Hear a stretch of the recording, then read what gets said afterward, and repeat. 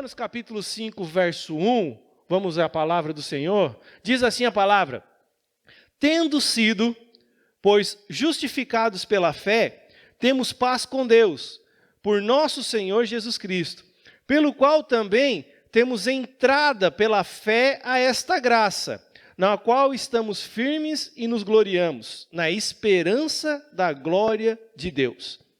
E não somente isto, mas também nos gloriamos nas tribulações, sabendo que a tribulação produz paciência, perseverança. E essa paciência, perseverança, a experiência. E a experiência, a esperança. E a esperança não traz confusão, porquanto o amor de Deus está derramado em nossos corações pelo Espírito Santo que nos foi dado. Amém? Veja, Paulo está escrevendo à igreja de Roma, e essa parte desse versículo me chamou muito a atenção nas circunstâncias do que ele está querendo dizer aqui. É algo sobrenatural. Veja, ele começa essa fala falando algo poderoso, ele traz uma afirmação muito poderosa. Ele diz o quê? Que nós fomos justificados. Veja, tendo sido. O que é tendo sido? É algo que já aconteceu, está no passado. Nós já fomos, tendo sido, pois, justificados. Repita assim comigo: eu sou justificado. Você está entendendo? Você está entendendo isso? Veja, e olha o poder, porque essa palavra no hebraico, ela é tsadak, que significa fazer justo. E no Novo Testamento, que está em grego, essa palavra se chama dikaiou, que quer dizer inocentar, declarar ou tratar alguém como justo. Você está aí? Em outras palavras, o que Paulo está querendo dizer aqui é que nós já fomos pagos, nós já fomos inocentados. Por quê? Porque Deus inocentou os nossos pecados. Você está entendendo? Quando Ele olha para mim e para você hoje, Ele não vê mais um monte de pecadores. Quando Ele olha para mim e para você, Ele está vendo homens e mulheres que foram declarados inocentes por conta daquilo que o Senhor Jesus fez na cruz do Calvário por nós. Você está entendendo? Realmente você está compreendendo o poder disso? Isso é ser justo, ser justificado. Eu e você já fomos justificados. Lembrando de tudo que nós temos falado nos últimos dias aqui, tudo que nós temos ministrado, é aquele momento em que Cristo vem para mim, é aquele momento em que Cristo vem até mim, é aquele momento de chegar em Gilgal. Você está aí? Você está lembrando? Não, esse é o primeiro circunstância, é o primeiro momento, é o momento em que Ele vem até mim e me justifica. Ele me paga o preço que eu devia e não tinha condições de pagar. Ele vem e paga por mim. Por isso hoje eu posso ser declarado inocente, inculpável. Não há culpa em mim, não há nada do que eu possa fazer para me condenar novamente. Você está entendendo mesmo isso? Hã? E o mais interessante é que ele, no próprio verso 1, ele vai dizer a forma como nós somos justificados.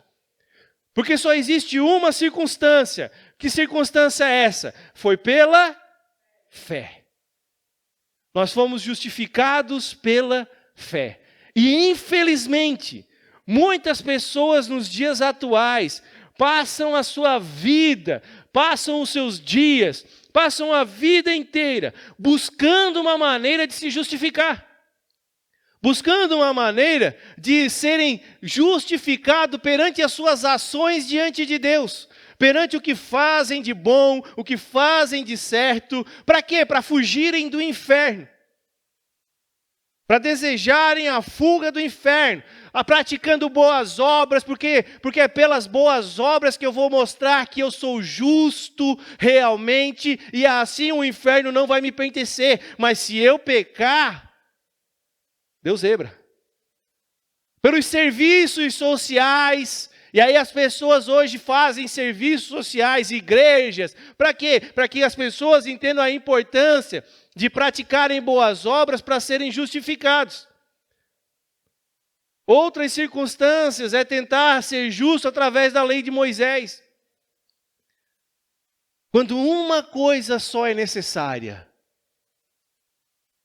repita assim comigo, uma coisa só é necessária para que eu viva a justificação do Senhor em minha vida.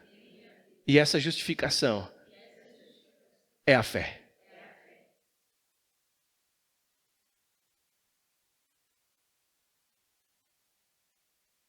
Por isso que Paulo está dizendo ali, exatamente isso, nós fomos justificados mediante a fé.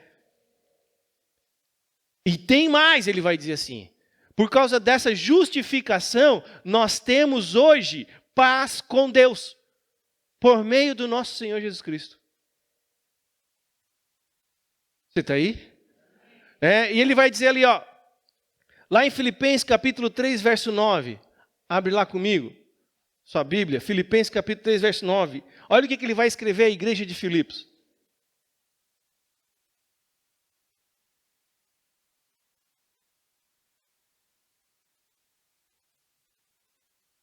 Você está lá? Tem gente folheando ainda, né? Filipenses capítulo 3, verso 9. Olha só, Paulo vai dizer assim, ó, e seja achado nele, não tendo a minha justiça que vem da lei, mas a que vem pela fé em Cristo, a saber, a justiça que vem de Deus pela... Veja, só ler esse versículo às vezes possa não trazer a compreensão dos fatos que Paulo está falando aqui.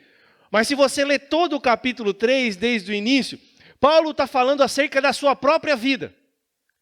Falando que, por exemplo, que ele foi alguém que foi circuncidado no oitavo dia conforme a lei mandava.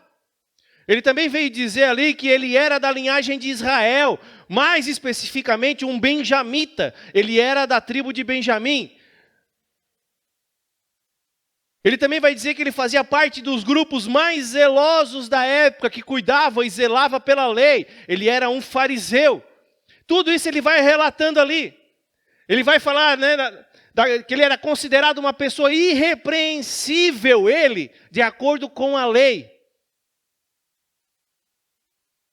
Ele também foi um discípulo de Gamaliel, um dos homens mais renomados na época em que ele viveu, em que ele vivenciou, um homem que conhecia, escrutinava as Escrituras. Mas sabe o que é interessante? É que ele chega nesse verso 9, ele vai dizer assim, ó, ele conclui tudo isso dizendo assim, ó, tudo isso que eu tinha, tudo isso que eu fiz, tudo isso que eu vivi, não serviu em nada para a minha justificação.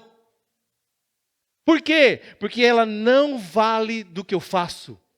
Ela não vale daquilo que eu sou. Ela é daquilo que eu creio. Paulo está dizendo. A minha justificação, Paulo vai dizer, ela veio pela minha fé em Cristo Jesus. Por isso, eu posso ter paz com Deus. Você está entendendo? Sempre aquela primeira circunstância. Cristo vem, nos restaura, Cristo vem, se manifesta em nossas vidas, o Espírito dele vem e passa a habitar em minha vida, a fazer morada e morada eterna, ele vem para não mais ir embora. Mas não para por aí. Essa é a circunstância inicial para que ele possa nos colocar de volta no trilho, para colocar as nossas vidas de volta no propósito original de Deus, para colocar as nossas vidas de volta a fazer e cumprir a vontade do Senhor sobre essa terra.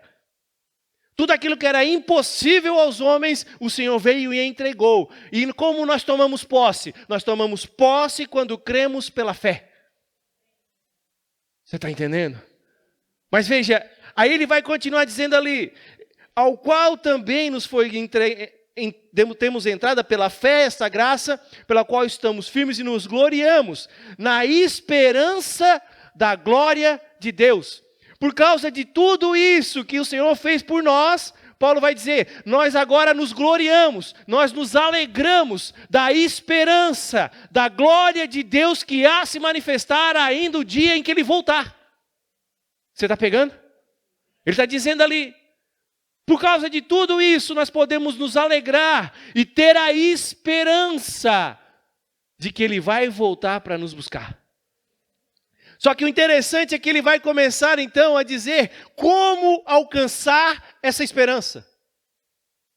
Como verdadeiramente eu tomar posse dessa esperança, de poder estar crendo que Ele vai voltar para me buscar, de permanecer nessa esperança. Ele vai dizer o quê? Que há um caminho a ser trilhado. Ou há um degrau a ser subido, há circunstâncias em que eu preciso levar em consideração. Você está entendendo?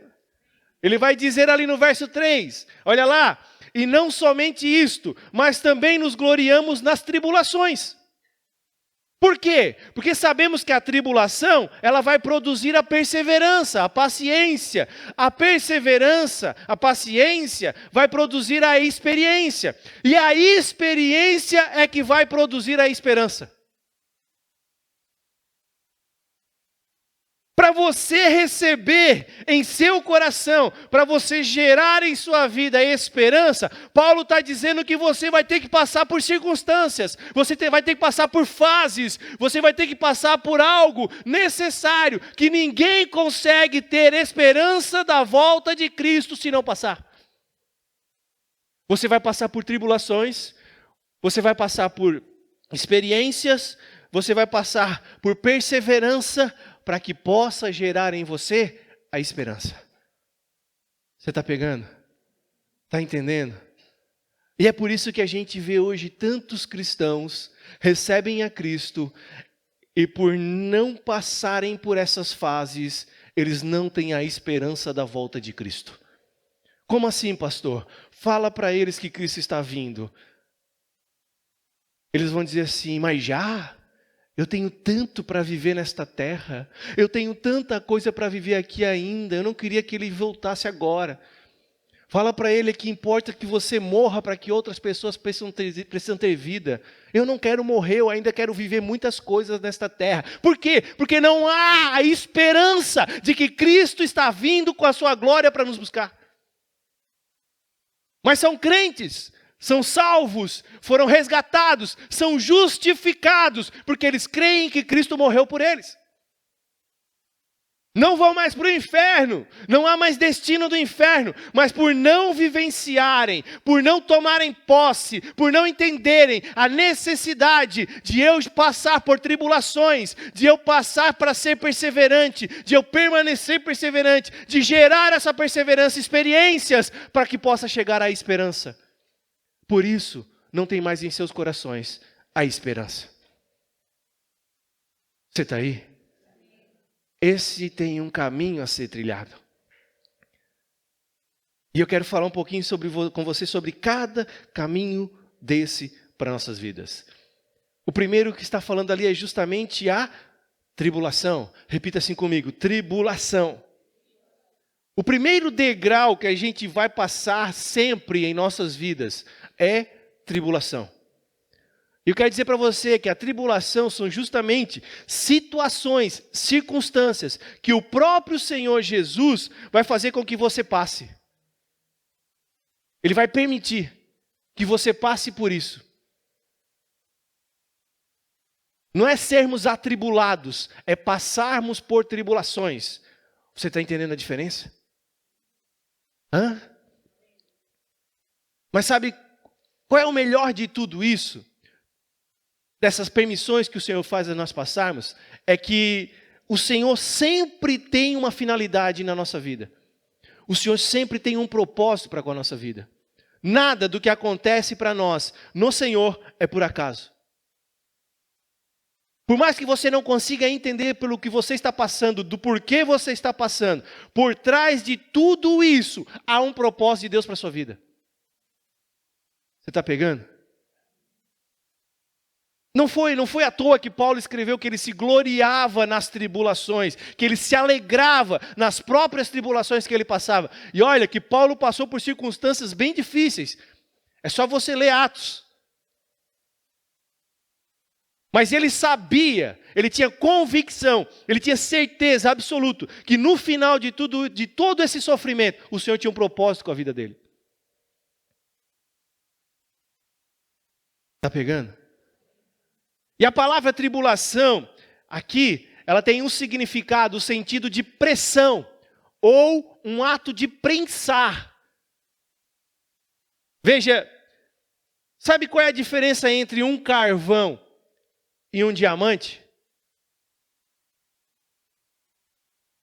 Além do valor monetário, né? O valor comercial que há neles, lógico. Sabe qual é a diferença entre eles? Porque assim, ó, se você olhar a parte da estrutura deles, a estrutura molecular dos dois, elas possuem a mesma estrutura. Eles possuem a mesma composição, basicamente. Eles são formados, os dois, tanto o diamante quanto o carvão, são formados do carbono. Você sabia disso? Então, pastor, qual é a diferença? A grande diferença é que o diamante é justamente o carvão que foi submetido a grandes pressões e temperaturas nessa terra. Está pegando? Em outras palavras, foi a pressão que trouxe valor para o diamante. O Senhor justamente Ele está usando as tribulações em nossas vidas para nos transformar em diamantes valiosos. E existe por acaso maior pressão do que tomar uma decisão por Cristo e os familiares começarem a nos perseguirem? Como assim, pastor? Meus familiares não me perseguem. Será? Eles estão de acordo com as decisões que você toma por Cristo? Existe pressão maior do que aos nossos próprios familiares? Que quando tomamos a decisão de seguir a Cristo, não de receber a Cristo. Porque por receber a Cristo hoje, principalmente no país ao qual vivemos, as pessoas não dão muita importância não. Mas quando você entende a importância de que você precisa começar a segui-lo, e segui-lo é colocá-lo em primeiro lugar em nossas vidas, acima de qualquer outra circunstância, começa então as pressões. As dificuldades são geradas. Para quê? Para que nós desistamos. Para que nós venhamos a não cumprir. Para que nós venhamos a pensar. Para que nós venhamos a tomar uma decisão diferente. Hoje é um exemplo desse. De uma festa que se comemora. E cada um tem liberdade, amém? Eu não preciso dar desculpa de ninguém para dizer, pastor, eu não comemoro, mas eu só vou lá na casa deles porque senão eles vão ficar magoados. Você não precisa dar desculpa para mim. Mas saiba, se você saiu de casa, você comemorou. Só isso. Mas não há problema nenhum nisso comigo, nem com ninguém. Amém? Você precisa entender isso. Só não invente aquilo que você faz e você quer dizer algo diferente. Não faça isso. Não precisa disso. O seu compromisso tem que ser com o Senhor. Amém? Amém? Então veja, essa é uma circunstância em que para agradar pessoas, para elas não fiquem magoadas, e essas pessoas seriam quem? As nossas mães. Algumas pessoas provavelmente vieram a faltar essa noite. O problema nisso é a pressão que é gerada em nossas vidas para que a gente tome uma decisão de se tornar um diamante e seguir a Cristo, ou tomar uma decisão de permanecer com as coisas deste mundo. Quando você realmente toma essa decisão de seguir a Cristo, saiba, muitas tribulações acompanharão a sua vida. Não tem diferença, não vai mudar, não vai alterar. Essa é a forma que o Senhor gera um discípulo dele. Você não vai passar só por coisas boas. Você não vai passar só por... Olha, mesmo que eu ande pelo vale da sombra da morte, eu não temerei mal algum. O Senhor, já desde Salmos, Ele já está nos alertando que o vale da sombra da morte é um lugar ao qual nós vamos passar. Mas se estamos com Ele, se estamos seguindo Ele, se Ele está conosco, se Ele está na nossa vida, não precisamos passar por nenhuma dificuldade dessa, sofrendo angústias. As tribulações virão, Sim, virão. As dificuldades virão? Sim, virão. Mas em todas elas, nós tomamos posse para poder continuar e seguir em frente. Por quê? Porque mediante a tribulação, vem a segunda circunstância, vem um segundo aspecto, que é o quê? A perseverança. Você está pegando? Sempre após a tribulação tem que vir a perseverança. Por quê? Porque a tribulação gera circunstâncias ruins, gera circunstâncias difíceis. Então a perseverança é que vai fazer com que eu permaneça com a minha fé focada nos olhos do Senhor, na vida do Senhor, com a presença do Senhor em mim. Em que faça com que eu não desista na metade do caminho. Você está pegando? Essa se chama a perseverança. E a perseverança aqui, a palavra grega usada é upomone. E ela tem esse sentido de estabilidade, de ser constante, de ser tolerante, de haver tolerância, de haver constância, de seguir em frente, como o Senhor Jesus disse, de tomar a posse da mão do arado, colocar a mão no arado, começar a trabalhar e não olhar para trás. Cada vez que eu falo disso, me vem uma canção na mente.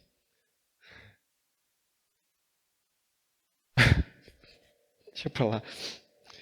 Veja, conforme o dicionário de Strong, ele diz assim, é uma característica da pessoa que não se desvia do seu propósito e da sua lealdade à fé e piedade, mesmo diante das maiores provações e sofrimentos. Isso é ser perseverante. Essa é a perseverança da palavra que está escrita aqui. Está pegando?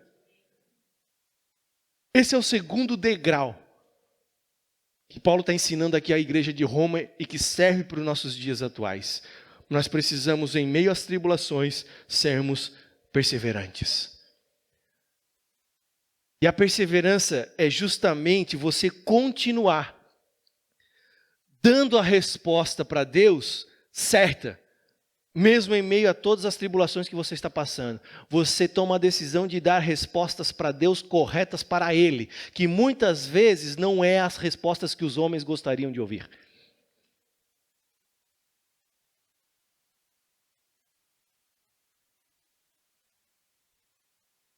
É você justamente guardar a fé e ficar firme no propósito, mesmo em meio às dificuldades. Você não desiste. Você não para.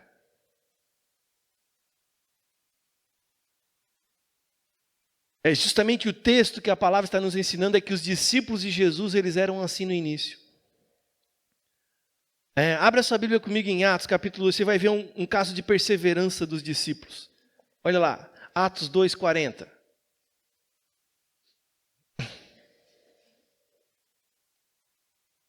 Atos capítulo 2, verso 40. Você está lá?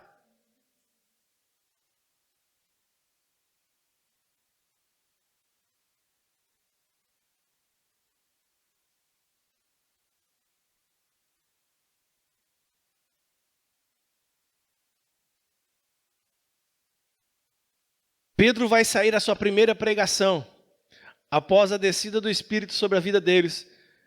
E a palavra vai relatar que mais de 3.000 pessoas se entregaram a Cristo nesse dia. Mas olha a pregação dele. Vê se tem alguma coisa a ver com o que tem sido pregado para nós nos dias atuais. Amém? E com muitas outras palavras, isso testificava e os exortava, dizendo: salvai-vos desta geração. Olha o que Pedro está dizendo para o povo: salvem-se dessa geração perversa. Lá no tempo de Pedro, ele já considerava a geração sendo perversa. Imagina a geração atual. Perversa, corrompida, perdida. É uma geração que não tem outro fim. Essa é a geração a qual vivemos. Pedro já estava ensinando aqui nesses dias: salvem-se desta geração perversa. E hoje nós queremos nos igualar ao mundo, trazer a perversidade para dentro da igreja, trazer a comunhão com o mundo. Mas eles não, eles fizeram acepção, separação entre o mundo. Está pegando? E ele vai seguir dizendo ali, ó, de sorte que foram batizados os que de bom grado receberam a sua palavra. E naquele dia agregaram-se quase 3.000 almas. E perseveravam na doutrina dos apóstolos e na comunhão e no partir do pão e nas orações. Está pegando? E toda a alma havia temor e muitas maravilhas e sinais se faziam pelos apóstolos. E todos os que criam estavam juntos e tinham tudo em comum. E vendiam suas propriedades e bens e repartiam com todos, segundo cada um havia de mister. E perseverando unânimes todos os dias no templo, o templo que existia lá em Jerusalém, lembrando que a igreja iniciou lá, então é aquele templo que está falando, não é esse ao qual nós vivemos hoje, né? E partindo o pão em casa, comiam juntos com alegria e singeleza de coração. Presta atenção. Olha só, eles perseveravam. Pedro vai lá e faz aquela pregação crucial, aquela pregação nem um pouquinho cotidiana, ou coaching, nem um pouquinho aquela pregação filosófica que nós encontramos atualmente, mas uma pregação de poder, uma pregação direta, uma pregação necessária para o povo mudar e contradizer tudo aquilo que estavam vivendo e trazer restauração para suas vidas.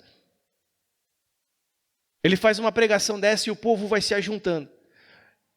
E aí a Bíblia vai dizer que eles começaram a ser perseverantes, unânimes, na doutrina dos apóstolos, não naquilo que cada um pensava que tinha que fazer com a sua vida e ninguém tinha que dar conta. Eles pararam de tomar essas decisões e começaram a andar segundo a doutrina falava para viverem. Está pegando? Começaram a ver o partir do pão e estar sempre unidos em orações. E agora, você tem ideia do que realmente eles estavam passando nesta época? É muito fácil a gente falar hoje dessas circunstâncias mediante aonde o local que estamos vivendo. Porque existem locais que ainda têm um certo tipo de perseguição como essa.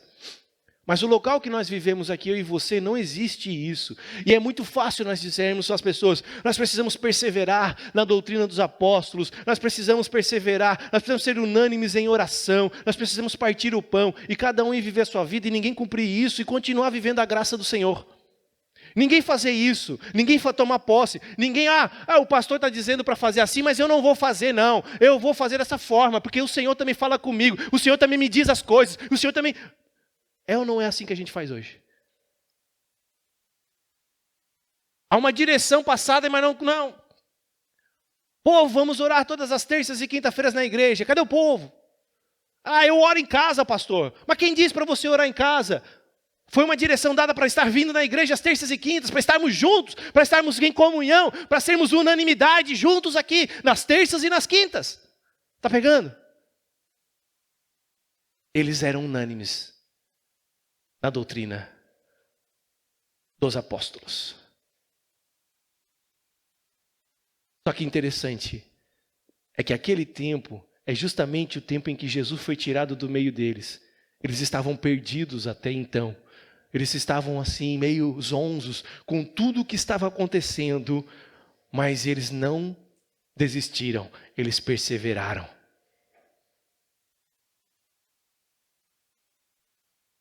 Eles acabaram de descobrir que eles estavam vivendo uma vida totalmente errada.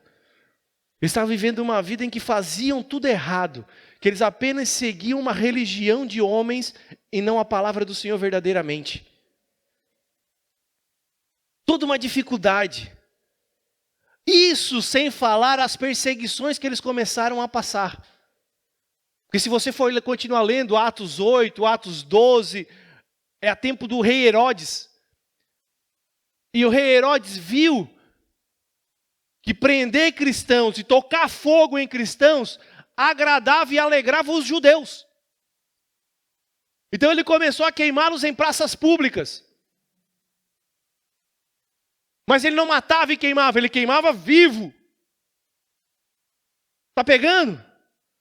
As perseguições que eles passaram e sofreram. Mas sabe o que é interessante? Que o verso 43 vai dizer: e toda a alma havia temor. Eles não desistiram, eles não desanimaram, eles não pararam no meio do caminho por causa das circunstâncias difíceis. Eles não olharam para eles e disseram: cadê? Estou em falta, não há dinheiro em minha vida, eu não vou ofertar, não há dinheiro em minha vida, eu não vou entregar os dízimos. Eu estou passando necessidades, eu estou passando dificuldades, ninguém olha por mim, ninguém olha para mim. Não! Havia temor na vida deles. Temor daquilo que o Senhor estava sendo por eles.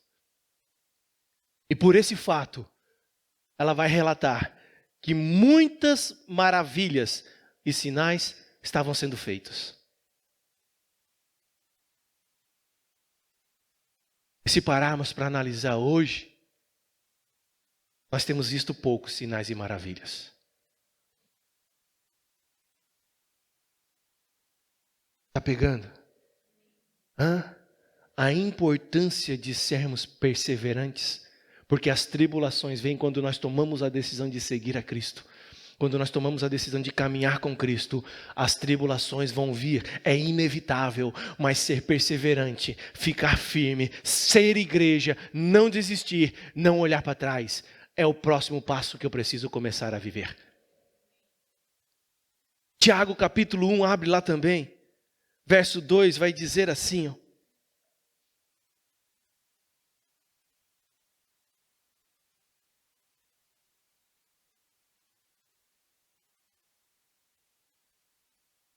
Tiago, capítulo 1, verso 2. Rapidinho, amém?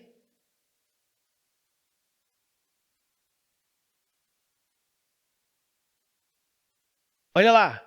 Meus irmãos, tende grande alegria, grande regozijo, quando enfrentardes várias tentações, ou em outras traduções, tribulações. Sabendo que a prova da vossa fé opera a paciência, a perseverança. Tenha, porém, a paciência, a sua obra perfeita, para que sejais perfeitos e completos, sem faltar em coisa. Olha lá. Tenhais, portanto, sejam, portanto, a paciência em sua vida, uma obra perfeita. A perseverança seja algo perfeito em sua vida, para que você possa ser perfeito e completo, sem faltar alguma coisa em você. Está pegando? Está entendendo? Veja, olha o que Tiago está dizendo aqui. Que nós temos que ter a alegria de passarmos por várias provações. Porque só assim vai ser gerado em nossas vidas a perseverança. E uma vez que nós temos a perseverança, nós vamos ser transformados por Deus. E essa transformação é justamente o nosso coração sendo transformado. É a nossa mente sendo transformada.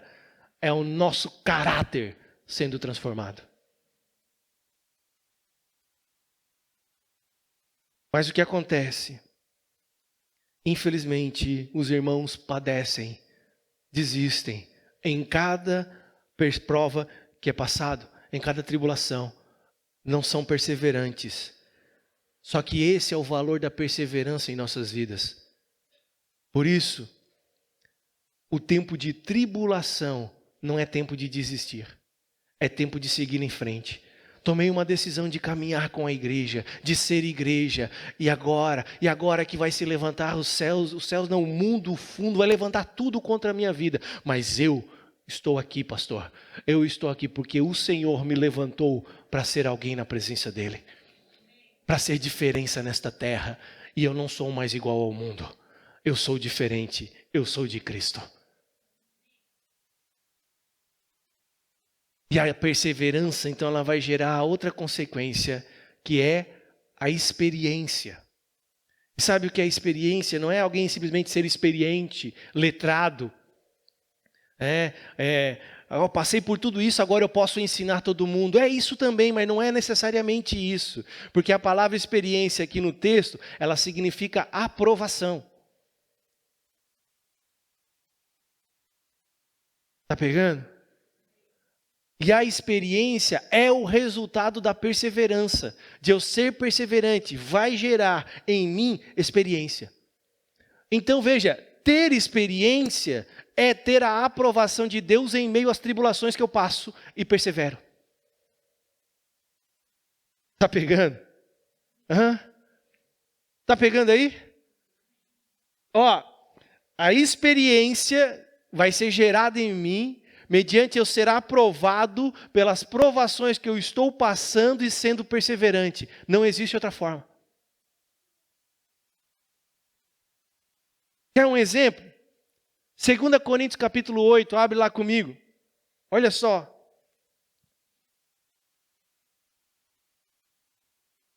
Segunda carta de Paulo à igreja de Corinto, capítulo 8.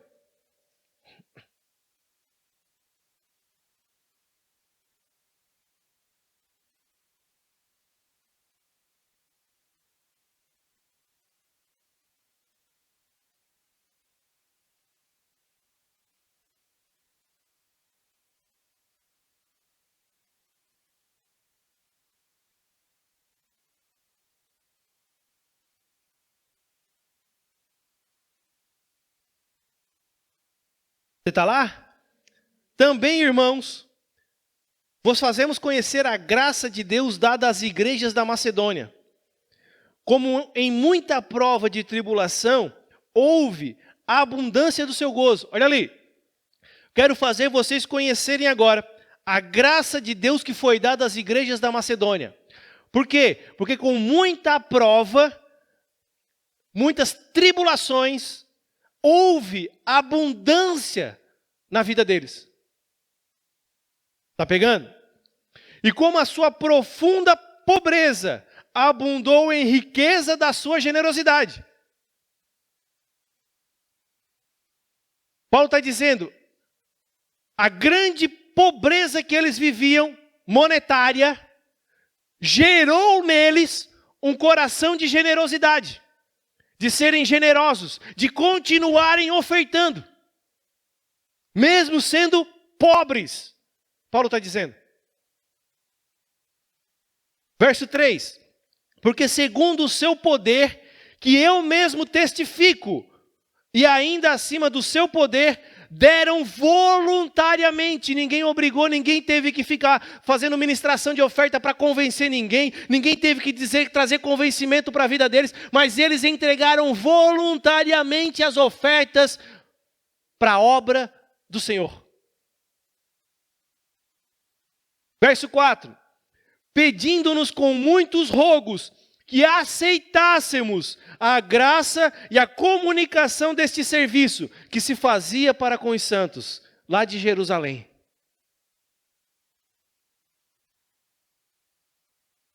Veja que interessante. Paulo está falando aqui que a igreja da Macedônia passou por uma pobreza gigantesca, mas que essa pobreza superabundou a graça de Deus na vida deles, quando eles decidiram ser generosos.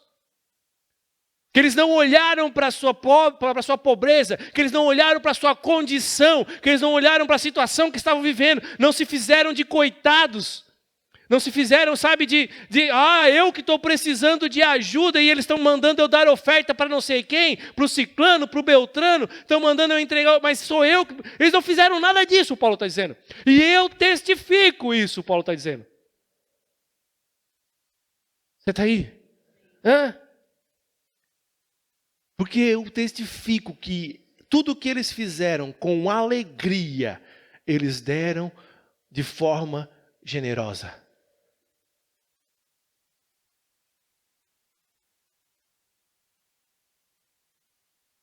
Não importa a circunstância, eu preciso aprender o que a palavra do Senhor me ensina.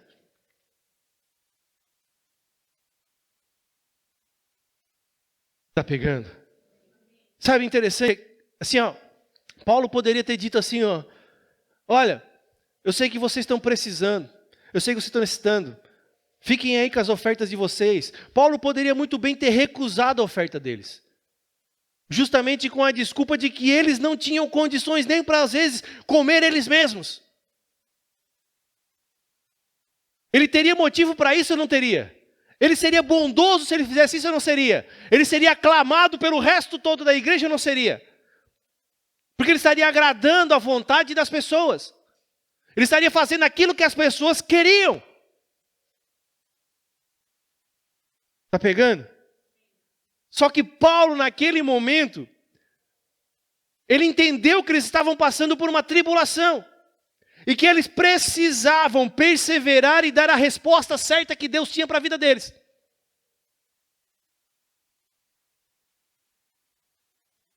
Paulo entendeu isso. Que era necessário eles passarem por essa circunstância, eles serem perseverantes e darem a resposta que Deus esperava deles. E sabe qual é o final disso tudo? É que a atitude deles se tornou em grande motivo de testemunho através da vida de Paulo. Muitas vezes as pessoas pensam isso. Pastor, vai receber o dízimo do fulano, libera ele. É que você não entendeu a importância da pessoa estar dizimando e eu recebendo o dízimo dela. É a tribulação que ela precisa vencer. É a dificuldade que ela precisa vencer. De largar o olho no dinheiro. De largar o olho nessas coisas desse mundo. Não é a questão de eu precisar do dinheiro da pessoa. Mas é a questão de ela entender e ter a confiança no Senhor. De que verdadeiramente é Ele que traz todas as dificuldades para que ela viva o melhor que Ele também pode oferecer.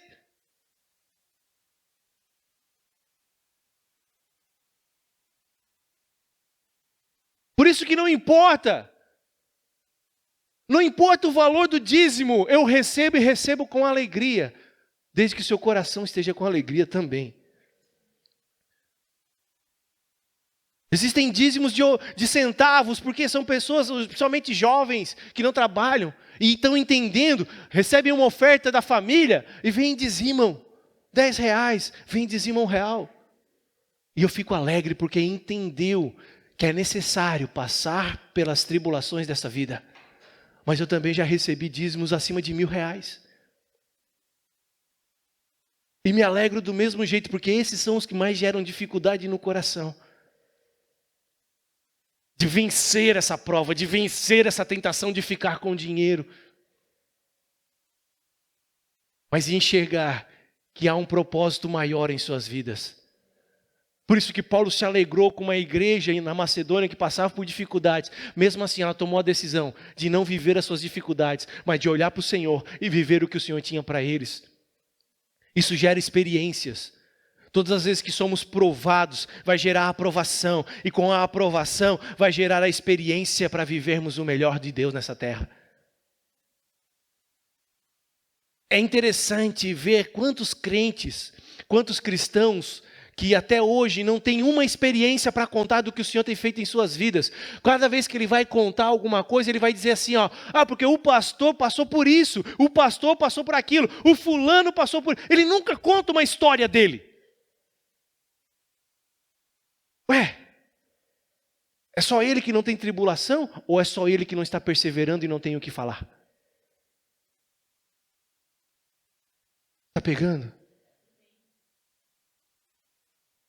E o final de tudo isso, porque cada vez que eu me envolvo mais com a obra do Senhor, cada vez que eu entendo o propósito ao qual Deus me chamou, cada vez que eu me coloco à disposição de ser igreja, cada vez que eu me coloco à disposição de andar como igreja, de estar na igreja, de viver a igreja e de, se necessário for morrer por ela, eu estou entendendo o propósito da volta de Cristo. Sabe o que isso gera em mim? Esperança. Ele está vindo para me buscar. Ele está vindo para me levar para a eternidade com Ele. Essa é a esperança que é gerada no coração de todos aqueles que entenderam o propósito de Deus para a sua vida. E se colocaram à disposição. E entenderam que receberam a graça, que não há mais oportunidade de ir para o inferno, mas não vão viver uma vida para si mesmos, não vão viver uma vida regalada aos prazeres desse mundo, mas tomam a decisão agora de andar nos caminhos do Senhor, de passar pelas tribulações, de passar pelas provas, de serem perseverantes, porque a perseverança vai gerar a aprovação. E com essa aprovação, o coração se enche de fé, a tal ponto, de que todos os dias ele se levanta, acorda e diz: Senhor, que bom que o Senhor está vindo me buscar. Ele não acorda com medo, ele não acorda com dificuldades, ele não acorda com a circunstância de que se ele morrer, ele não sabe para onde vai. Esse é o grande medo da igreja atual com a pandemia. Esse é o grande medo da igreja atual com a circunstância que estamos vivendo com a pandemia. As pessoas estão com medo de morrer. Por que elas têm medo de morrer? Porque elas não têm a esperança da glória de Deus. Porque quando eu tenho a esperança da glória de Deus em minha vida, não tenho medo da morte. Paulo não tinha medo da morte, Paulo queria morrer. Ele vai dizer numa das cartas: eu mesmo queria estar com Deus, eu queria estar com o Pai, mas como ainda não chegou a minha hora, então que eu preciso ficar nessa terra ainda mais um tempo, eu vou fazer mais a sua obra. Paulo vai dizer: eu vou caminhar mais na sua obra. Mas sabe quando temos medo da morte? É porque nós não sabemos do outro lado quem está lá nos esperando. Essa é a verdade. Porque, amado, se para você essa vida é boa, nada pode se comparar à glória de Deus que está por vir em nossas vidas. Só por esse fato, eu não tomo mais essa vida por preciosa. Eu tomo a vida de Cristo em mim como preciosidade. E eu vivo para o Senhor todos os dias da minha vida. Simples assim. Simples assim. Que era o que Paulo estava ensinando.